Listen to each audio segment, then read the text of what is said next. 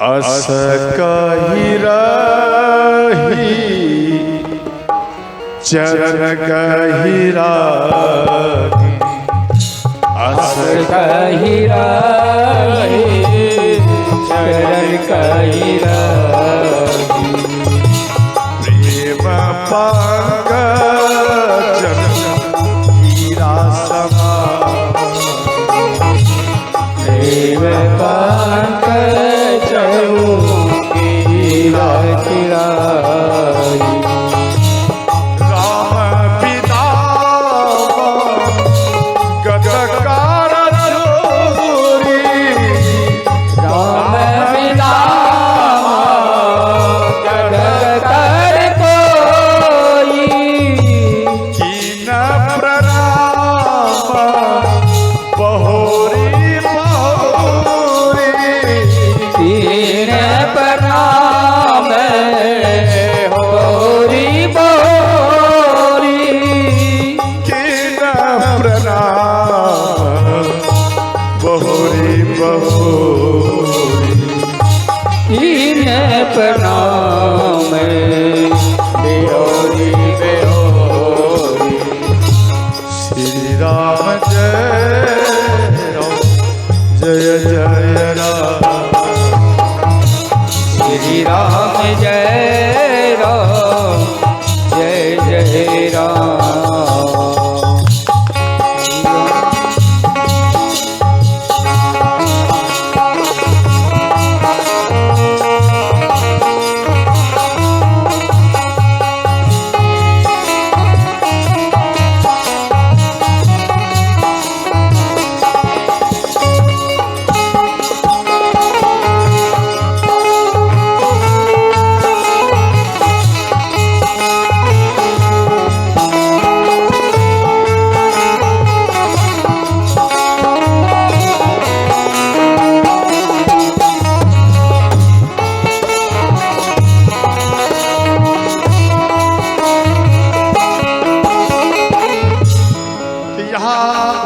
भगवान राम को बोली, हे राम मेरी बेटी को आप क्षमा कर देना। ध्यान देना, भगवान राम बोले, हे माता हम सीता को प्राण से भी ज्यादा प्रेम होगा माता, आप मत घबराइए इस बात के लिए। ये भगवान राम अपना बात बताए और अंत में भगवान राम चले आए। इधर अपनी बेटी को ज्ञान दे रही है माँ, सुने ना। तो माँ कहती, बेटी तू मेरे घर की, देखो एक बात से बेटी का कलेजा पिघल जाता, वो रो जाती है। आपके घर में बेटी है, अगर बेटी में लड़ाई हो गया तो माँ और पिता भी कभी कभी बेटी को कह देते हैं, अरे ये पराई लड़की है। बेटी आप कह देती हैं कि ये तो पराई लड़की है। जब ये बेटी ससुराल जाती है, जब वहां पर भी झगड़ा मानो किसी प्रकार का दिक्कत हुआ तो वहां पर भी कह देता, अरे क्यों इसको कुछ बोल रही है, तो पराये घर से आई है। अर्थात आपकी बेटी आपके घर से भी पराई और ससुराल से भी पराई, क्या आपकी बेटी के दिल में चोट नहीं पहुंचता होगा? आपकी बेटी के हृदय में चोट पहुंचता है, इसलिए भूल से भी अपनी बेटी को पराई कहकर मत पुकारना। और विशेष बात ध्यान देना, बेटी को अगर विदाई करना, ध्यान देना, बेटी को अगर विदाई करना तो आप अपने हाथ से कुछ दहेज मत देना। आप अपने हाथ से कुछ मत देना। तो किसे दिलाना है? पुतोह के हाथ से। ध्यान देना, आप अगर अपने पुतोह के हाथ से दिलाएंगे तो आपके उनके अंदर में आदत बन जाएगा। नहीं समझे? आदत बन जाएगा और आपके मरने के बाद भी आपकी बेटी आएगी तो वो स्वागत आपकी पुतोह करेगी। अगर आप अपने से केवल जिंदगी भरी अगर आप अपनी बेटी को दान करते रहेंगे तो याद रखना आपके मरने के बाद में आपकी बेटी का नहरा समाप्त हो जाएगा। वो बेटी आएगी, वो बेटी कभी अगर नहीं आएगी तो रक्षाबंधन में अवश्य आएगी। अपने भाई की कलाई में हाथ में कलाई में रक्षाबंधन के लिए आएगी। जैसे ही आएगी तो किवाड़ बंद रहेगा, किवाड़ बंद है और आपकी बेटी की किवाड़ को खटखटा रही है कि भैया किवाड़ को खोलो, भैया किवाड़ को खोलो। और आपकी बहन आज आपकी कलाई में रक्षाबंधन बांधने के लिए आई और आपकी जो भाभी है, आपकी जो पुतहू है, वो पुतहू किवाड़ को नहीं खोलेगी और आप रोते रहे, भैया किवाड़ को खोलो, भैया किवाड़ को खोलो। और आपकी भाभी किवाड़ को नहीं खोलेगी और अंत में आप उन दरवाजे में रोते रहे, सुबह से लेकर दिन भर रोएंगे। और जब माँ चली जाती है तो बेटे के लिए नहरा भी समाप्त हो जाता है और वो अपने भैया के लिए वो बार बार रोती है कि भैया कलाई में बांधे दो भैया। अगर अनायास काफी समय पर इंतजार करेंगे, पहले तो वो आपकी जो भाभी है वो बोल देगी, अरे ये तो आई है, आज कपड़ा लेने के लिए आई है, आज रुपया लेने के लिए आई है, इसीलिए इस पूर्णिमा के समय में आई है। रक्षाबंधन का तो एक बहाना है, अब इनको देना पड़ेगा। किवाड़ को बंद कर देता है। अगर अनायास किवाड़ खुल गया तो बहन तड़पने लगती है अपने भाई का दर्शन करने के लिए और वो भाई जाकर चरण में गिर जाते हैं। बहन चरण, भैया क्या इस बहन ने कुछ अपराध किया जो आप किवाड़ को नहीं खोले? क्या कुछ अपराध किया हो, आप क्यों नहीं किवाड़ खोले? तो भाई का भी मन पिघल जाता है, भाई भी रोने लगता और बहन कहती, भैया मेरे पिता थे, मेरी माँ थी, तो एक बार में ध्यान देना, अगर आपकी माँ वृद्ध भी है, पिता वृद्ध भी है, बीमार भी है, खाट पर गिरे हुए हैं, अगर आप किवाड़ में एक बार बोलोगे माँ किवाड़ को खोलो, किवाड़ को खोलो, आपकी माँ आपके पिता सुन करके दौड़ते हुए उन स्थिति में भी और दौड़ते हुए आएंगे, देखे मेरी बेटी आई है, किवाड़ को खोल दे। वो पिता खोल देंगे लेकिन बेटा तो नहीं आता। अगर कंगन यानी मानो कलाई में राखी बांध भी दिया, अगर बांध भी दिया तो उधर से ताना मारेगा, आपकी बहन है तो आ गया, ताना मारेगा और आपकी बेटी रोती है और कहती है, भैया हमको आपका धन नहीं चाहिए, हमको आपका धन नहीं चाहिए, भैया आप एक काम करना, अपना धन रखिए बस। भैया आप ऊपर वाले से ही मांगते हैं कि ये कलाई जब तक मैं जीऊं ये मेरा भैया अमर ही रहे, अमर ही। एक बहन इस प्रकार से भाई के लिए दुआ मांगती है, आशीर्वाद मांगती है और बिना साड़ी पहने बहन उन घर से निकल जाती है अपने ससुराल की ओर।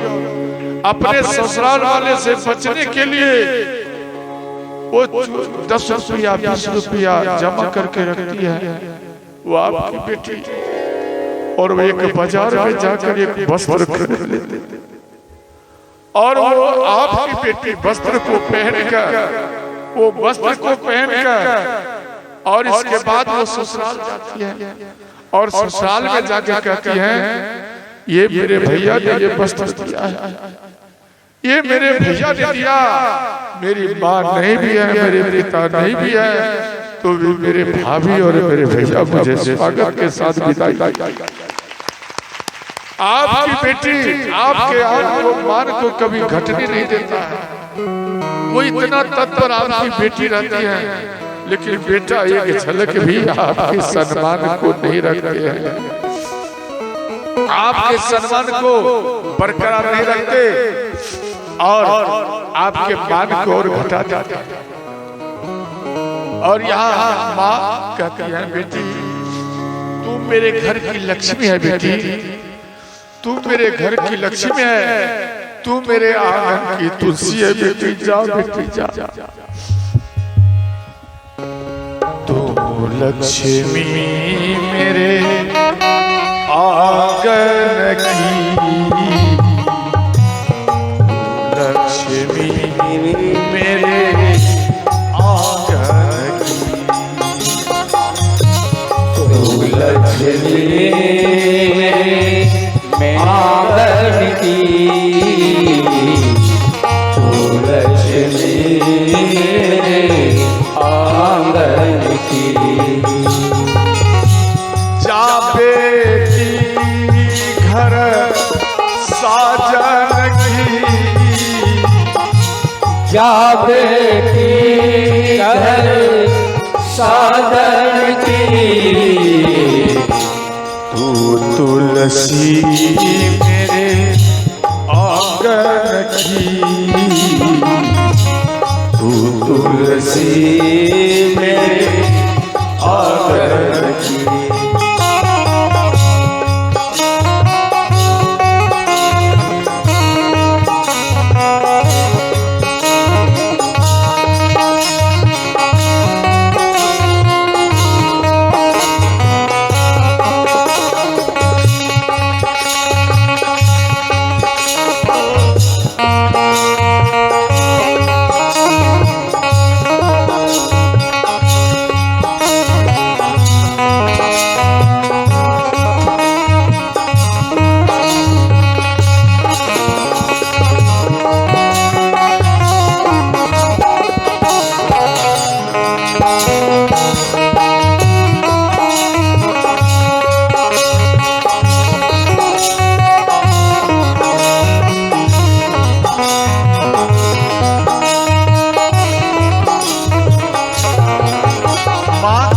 बेटी आपके ऊपर जो संकट आने वाला है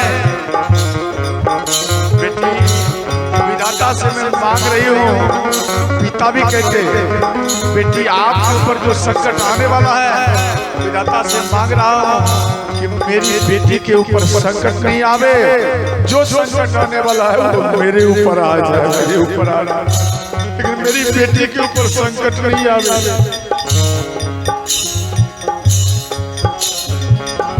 साथ रहेगी माँ की दुआएं, दूर रहेगी सारी बुराई, साथ रहेगी माँ की दुआएं, दूर रहेगी सारी बुराई। कली मेरे उपवन की, नन्ही सी कली मेरे उपवन की, तू लक्ष्मी मेरे आंगन की, तू लक्ष्मी मेरे आंगन की। बेटी एक बात बताओ, जब आप छोटी थी तो उन समय में बेटी आप बिछावन पर मल मूत्र कर देती थी, और उन मल मूत्र को हम सफाई करके और उन मल मूत्र पे हम सो जाते थे। और बेटी उन समय में सूखे बस्तर पर आपको हम सुला दिया करते, और जब तक आप नहीं सोती थी बेटी तब तक हम भी सोते नहीं थे बेटी, हमको भी नींद नहीं आते थे। और वो नींद की जब सो जाते हैं तो सारा काम खो देते हैं। उसी प्रकार से बेटी आज तुम मेरे आंगन से जा रही है, नींद की जैसी दौलत खोई जब तू सोई तब मैं सोई। नींद के जैसी दौलत खोई, जब तू सोई तब मैं सोई। ये तो कहानी तेरे बचपन की, ये तो कहानी तेरे बचपन की। तू लक्ष्मी मेरे आंगन की, तू लक्ष्मी मेरे आंगन की। यहाँ कहते हैं बेटी बचपन से लेकर आपको पाल कर इतना बड़ा किया, आप हमारी थी। और जैसी बेटी आपके मांग में सिंदूर दे दिया, जैसे आपको सिंदूर दे दिया, अब आप हमारी नहीं। देखो आप बेटी के विवाह करने के बाद में जब आप ससुराल जाएंगे कि ससुराल कि आप मेरी बेटी को विदाई करेंगे, विदाई देते ना वापस घर में जाएंगे लेकर बेटी को, तो आपके जो समधी हैं, आपके जो दामाद हैं, वो आपके पास में आकर खड़े जवाब देगा, यानी कठोर जवाब देगा। अरे जब आप अपनी बेटी का विदाई कर दिया, दान कर दिया, तो आप अपनी बेटी से क्या लोगे? देखो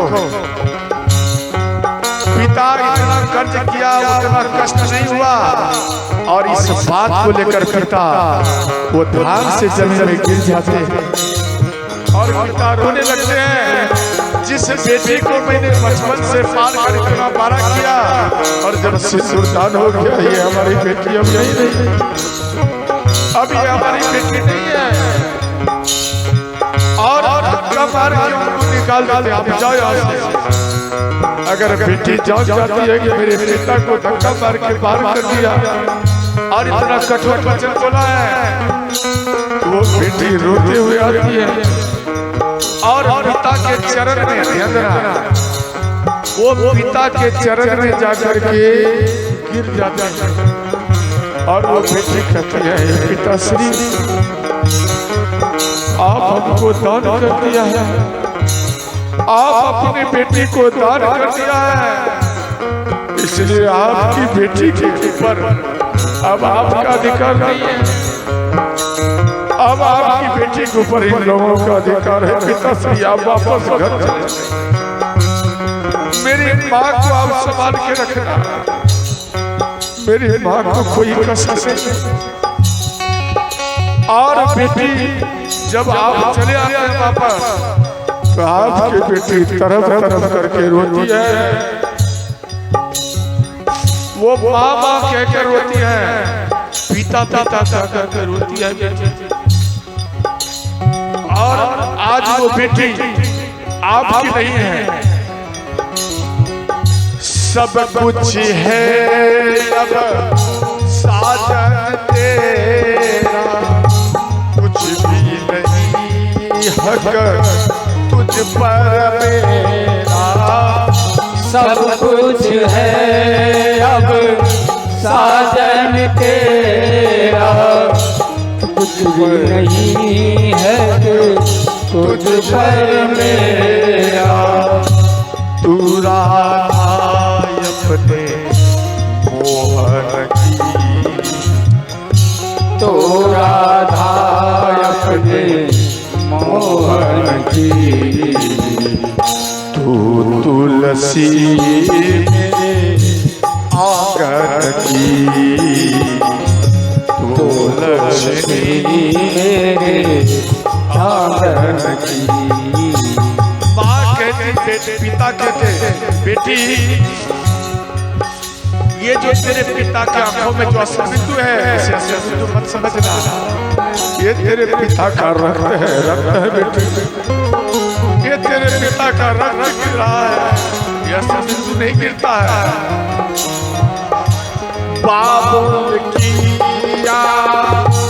बात है द्वार पे तेरी डोली खड़ी है। बाबुल की आवाज रुकी है द्वारे पर से डोली खड़ी है। हर माँ अपनी बेटी को ज्ञान देती है, चाहे किसी भी धर्म में रहे। आप मुस्लिम धर्म में जाइए, उनकी भी माता रोती है कि बचपन से लेकर बेटी को अब आज तक पाले, आज मेरी बेटी दूसरे घर की शोभा बढ़ाने के लिए जा रही है।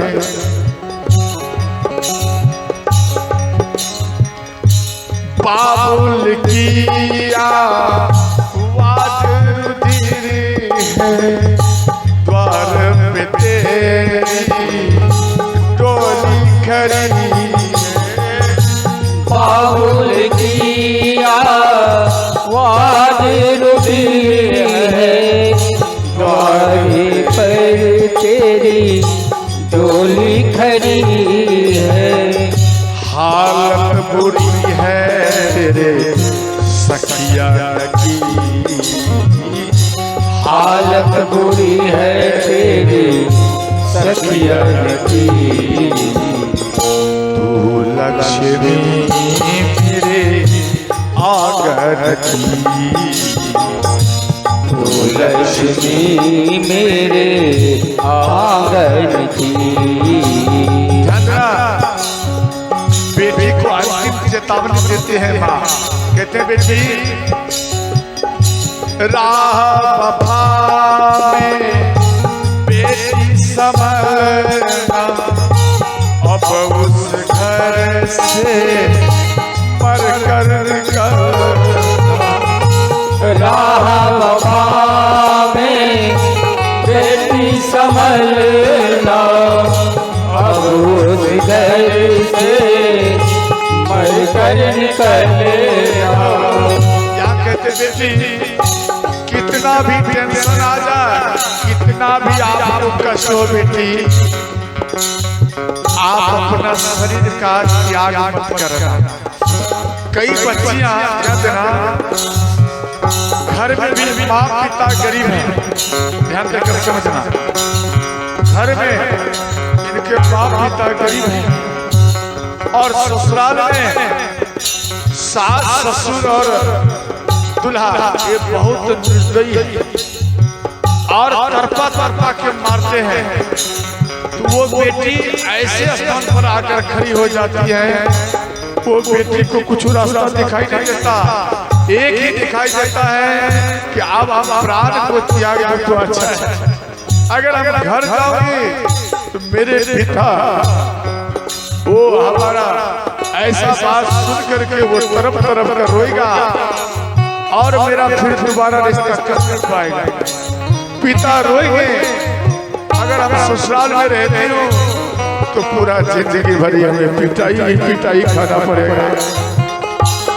और अगर दो बच्चे भी हैं तो वो माँ क्या करेगी, वो बेटी आपकी अपना बेटा का मुख देखेगी और बेटा के को देखकर काफी दिन तक वो रह रही है। जब सीमा से पार कर जाते हैं तो बेटा को स्वीकार करके, बेटी को स्वीकार करके आपकी बेटी उनको बैठा और आपकी बेटी अपनी बेटी को कहते हैं बेटी मेरे मरने के बाद में, मेरे मरने के बाद बेटी आप हमको मत बोलना। और वो बेटी तरफ तरफ कर रोती है, माँ प्राण मत त्यागो, माँ प्राण मत त्यागो, माँ प्राण मत त्यागो। बेटी रोती है और माँ कहती है माँ ए बेटी अब आप जीवित नहीं रह पाओगे, नमक रोटी खाकर बेटी जिंदगी निर्वाह करना और अपनी माँ को आप भूल जाना। आज से आपकी बेटी आपकी माँ नहीं रही।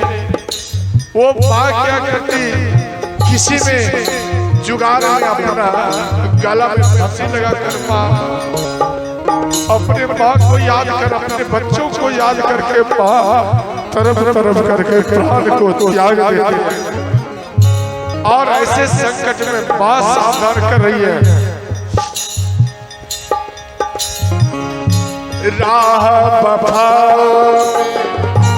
बेटी समझना, अब उस घर से मरकर निकल।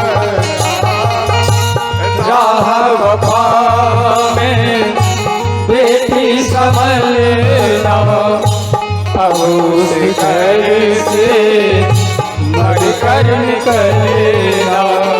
बेटी कितना भी संकट आ जाए, आप बेटी हाथ जोड़कर विनती है बेटी, आप अपने प्राण को मत त्यागना।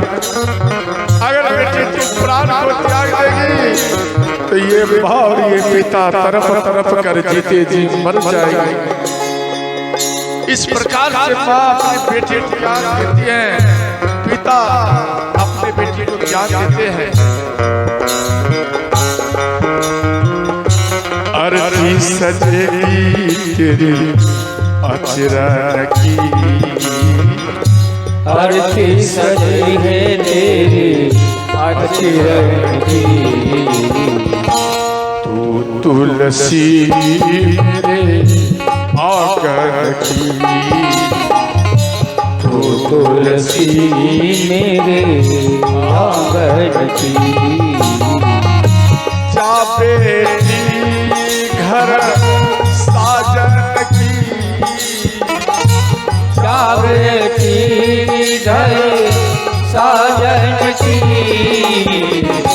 तू लक्ष्मी मेरे आंचल की, तू लक्ष्मी मेरे आंगन की। तू लक्ष्मी मेरे आंचल की, तू लक्ष्मी मेरे आंचल की।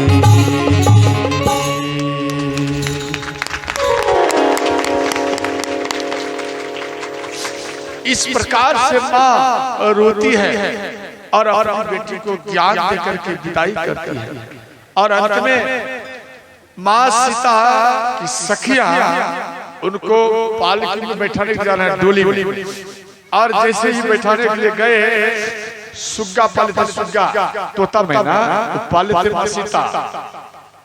तोता रोने लगे और कहने लगे, माँ कहाँ जा रही हो, कहाँ जा रही हो माँ। जैसे उनके कान में आवाज आए, माँ सीता पालकी पर से छलांग मारकर भागते हुए आई और वो तोता मैना को खोल कर उनको आजाद कर लिए। और वो तोता मैना नहीं भागे, सोने के पिंजरे में इनको रखे थे और वो तोता मैना नहीं भागे, माँ सीता के पास में रहे। बोले, माँ कहाँ जा रही हो। तो कहने लगे तोता मैना, अब आप आजाद हैं, अब अपने घर को छोड़ करके पियर घर को जा रही है।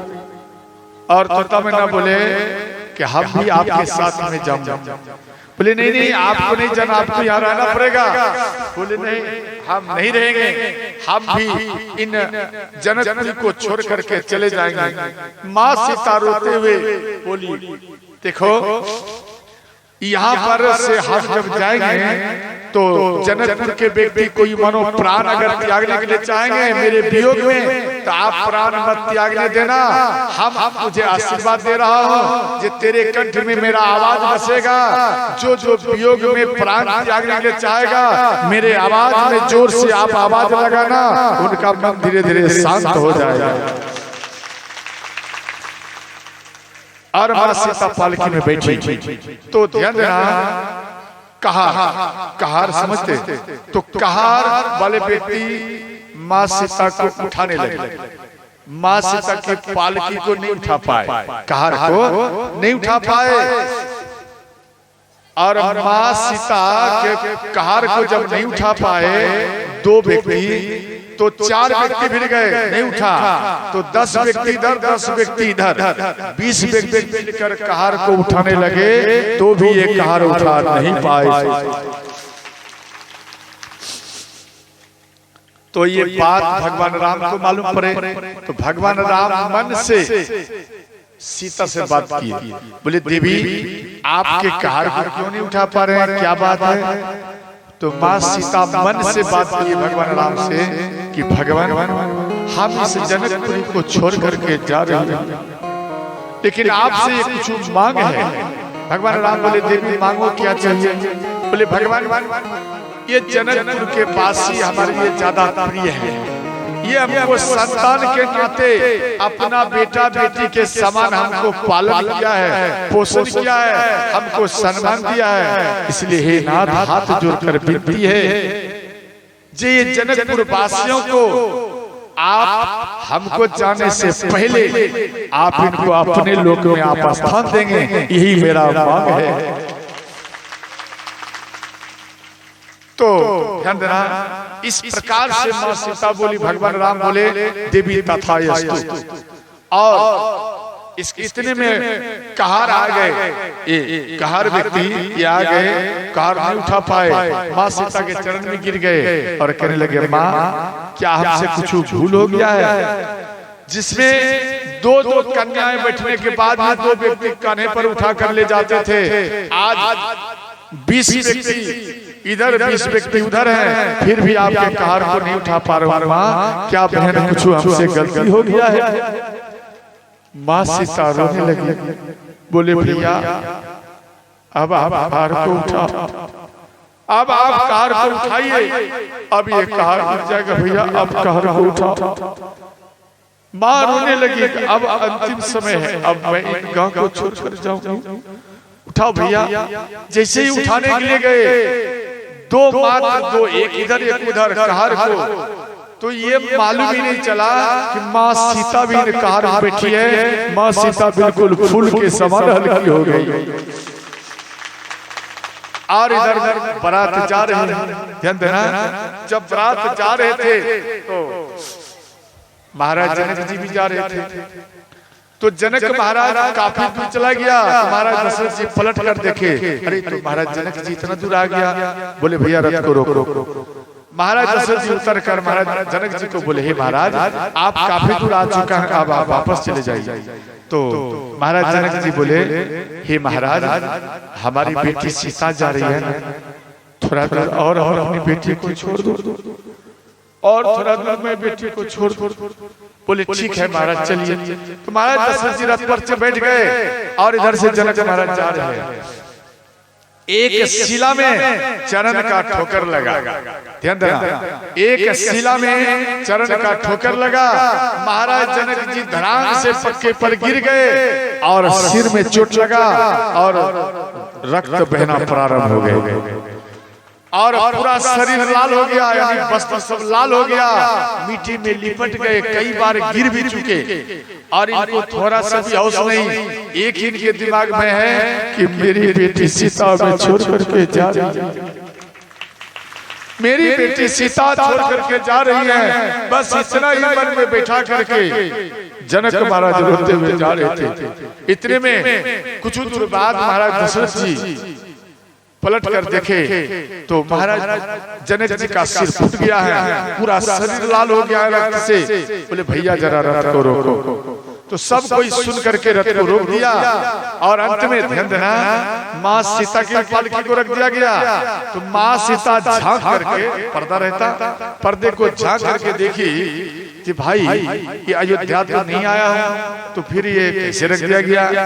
तो जैसे झांक कर देखे तो मेरे पिता है, मेरे पिता रक्त में लथपथ है। माँ सीता चारों बहनें पिता पिता कहते हुए दौड़ते हुए गए और पिता के चरण में शरीर में लिपट गए चारों बहनें। और जनक महाराज बोले बेटी आप हमको क्षमा करना, तेरा वियोग मुझे सह नहीं गया, हमको माल अच्छा नहीं लगा, नगर अच्छा नहीं लगा बेटी, इसलिए बेटी घर को छोड़कर नगर को छोड़कर तेरे पीछे पीछे इतना दूर तक आ गया। माँ सीता बोली कि हे पिताश्री आपका सिर फूट चुका है, रक्त बह गया है, हे पिताश्री अपने सेहत पर ख्याल रखिए। इतने में माँ सीता के दृष्टि पड़ा गौ माता के ऊपर, गौ माता को देख लिया गया। तो गौ माता को जैसे देखे तो गौ माता स्वयं माँ पृथ्वी गौ का रूप धारण करके जा रही थी और वो भी डिकार करके जोर जोर से गैया रोती है। वो गैया डिकार करके रोती है और अंत में माँ सीता मन में सोची ये तो गौ माता वही है जो बचपन में हमको बार बार ये दूध पिलाती थी। तो ये अपना माँ समझकर माँ सीता दौड़ते हुए गई और गैया के चरण में गले में माँ सीता लिपट गई और वो गैया माँ सीता के मुख को चुम्बन करने लगी। ध्यान देना, गौ माता आपके घर में है या नहीं? बोलो, किसके किसके घर में गैया है? जरा हाथ उठाइए। जिसके घर में गैया है जरा हाथ उठाइए। जिसके घर में गैया है, अरे आप सब तो जितना व्यक्ति हाथ उठाए आप सब तो धनवान हो भाई, आप सब धनवान हो। जिसके घर में गैया है समझ लेना संसार का सब देवी देवता उसके घर में है, उसको कहीं भी मंदिर जाने की जरूरत नहीं है। समझ गए? ध्यान देना। अच्छा एक बात बताइए, आपकी माँ आपको दूध कितना वर्ष तक पिलाती है? 1 साल, 6 महीना, 1 साल, यही ना? उसके बाद माँ तो आपको दूध नहीं पिलाती है। फिर आप कैसे चलते हैं? किसका दूध पान करके? गैया का। ध्यान देना, वही गैया का दूध पा करके आप बचपन से लेकर बड़े हो गए, अब वृद्ध में जा रहे हो। ध्यान देना, और जब वो गैया वृद्ध हो जाती है, शरीर काम नहीं करता, दूध नहीं दे पाती है, तो आप क्या करते हैं उस गैया को? बताओ, उस गैया को क्या करते? आप बेच देते हो।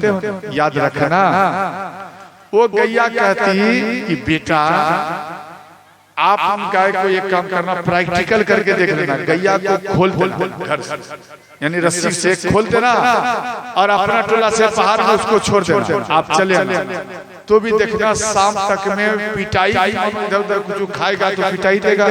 पिटाई खा करके भी वो गैया आपके ही दरबार में आकर वो खड़ी हो जाएगी। ऐसा क्यों? ऐसा इसलिए, ध्यान देना, वो गैया कहती है बेटा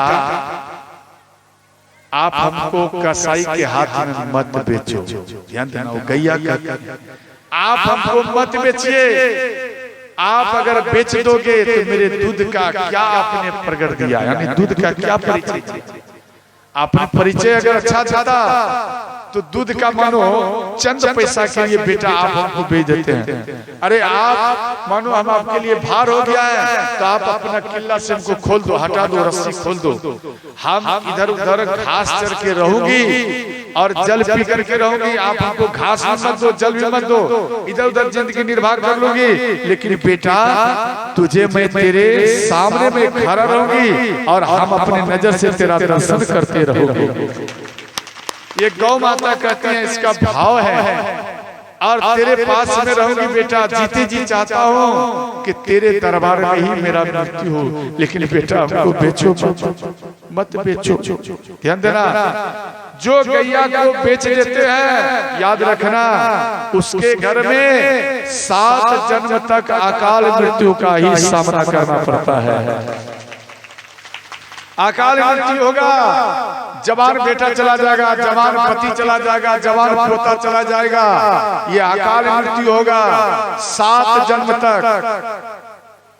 और कितना भी इलाज कराओ, कितना भी हवन कराओ, वो पावर नहीं आएगा, आपके बेटा को, पति को बचा नहीं पाएगा, वो बार बार अकाल मृत्यु में ही उसका मृत्यु होगा। अगर आप चाहते हो कि मैं धनवान बनूं, एक काम करना, गैया अगर अपना शरीर को त्याग दे, अपना जमीन में गाड़ देना, मिट्टी के नीचे में, और उसके ऊपर में एक आम का वृक्ष लगा देना, और वो गैया उसी आम का, ध्यान देना, वो आम इतना फलेगा, इतना फलेगा, वो गौ माता का परिचय ही आपके सामने प्रकट हो जाएगा। आपका मृत्यु होता है तुलसी का पौधा लगाया जाता है, परंतु गैया का जब मृत्यु होता है उनको दफनाने के बाद उस मिट्टी के ऊपर में आम का पेड़ ही लगाया जाता है। सोचो याद, कभी आपका धन नहीं घटेगा और कभी आपके घर में अकाल मृत्यु कभी जीवन में हो ही नहीं सकता। ये चैलेंज समझ गए? ध्यान देकर सुनना। इसके बाद जनक महाराज वापस आए, गौ माता वापस आए और इधर माँ सीता पालकी में बैठे। जैसे ही अयोध्या में प्रवेश किए तो वहां पर कलश सजाए। ध्यान देना, सब कोई कलश सजाए। कलश समझते हो? कलश बोलो ना। है जैसे आपके बेटा, आपकी पुत्र वधू जब आती है तो एक कलश घर के मेन दरवाजे में दिया जाता है और उसको आप इजाजत देती हैं, आपसे सास होकर, कि बेटा अपने पुतों को बोलो लात से उस कलश को पलटते हुए घर में प्रवेश करे। बोलो हाँ या नहीं? कहते हो? अच्छा एक बार बताओ, छोटे से दिमाग में सोचना, बच्चे की क्वालिटी, कलश में कभी लात मारना चाहिए क्या? बोलो। फिर आप अपने पुतों को क्यों कहते हैं कि लात मार के आओ? दिमाग लगा, ध्यान देना। जब आप अपने पुतों को ये संस्कार दे दिया कि लात से उन कलश को पलटते हुए बेटी अंदर प्रवेश कर जा, याद रखना जिंदगी भरी आपको भी लात से ही स्वागत वो करेंगे। समझ गया? वो बेटा लाला से स्वागत करेंगे। अगर चाहते हो ऐसा नहीं हो, कलश तो शुभ का चिन्ह है। समझ गया? कलश को अच्छे से सजाओ, जैसे पूजा में सजाया जाता सजाइए। कलश को रख दीजिए। अपने बेटा पुतोहू को बोलिए कि बेटा पुतोहू आप दोनों मिलकर के इन कलश को उठा और पूजा स्थल में रख दो। जिंदगी भरी कलश का आप पूजा करते रहना। जैसे ही साल आता है ना, विवाह का सालगिरह आता है ना, एक साल में एक बार आता है ना, उन कलश का परिवर्तन करो, दूसरा कलश बैठो। समझ गया? याद रखना आपके घर में सादा ही मंगल होगा। समझ गए? अगर आप झांकी देखते तो ये सब ज्ञान आपको नहीं दे पाते। ध्यान देना। तो सब कोई कलश सजाए और ध्यान देना, नगर में जैसे ये माँ सीता चरण को रखी तो जितने अंधे व्यक्ति थे, समझे, उसके आंख में पावर आ गया देखने का। जितना रोगी थे उसके शरीर में पावर आ गया चलने का। जितना लांगड़े थे उनका चरण काम करने लगा। वो भी दौड़ते हुए सीता माता के महल की ओर चले गए। पावा तब जन योगी अमृत लहे जन संतरो। राम सिया राम जय जय राम। राम सिया राम जय जय राम। जनमरा का जन पारस पावा अंधहि दो जनला सुहावा। राम सिया राम जय जय राम। राम सिया राम जय जय राम। तो मंगल भवनय ओ मंगल हारी ओम सहित जपत त्रिपुरारी। राम सिया राम जय जय राम। राम सिया राम जय जय राम।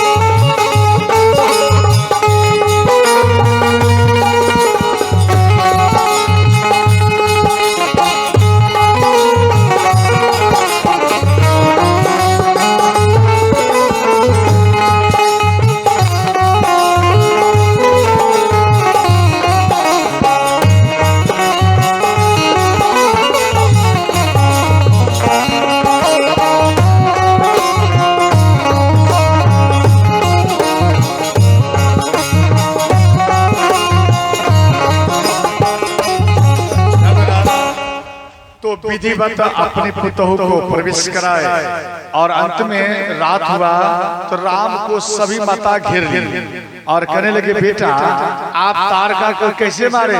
बोले माँ हम तारका को नहीं मारी हूँ। हम माँ तारका को नहीं मारे। बोले क्या तारका को तो आपने मार दिया? बोले माँ हम नहीं मारे। तो कौन मारे?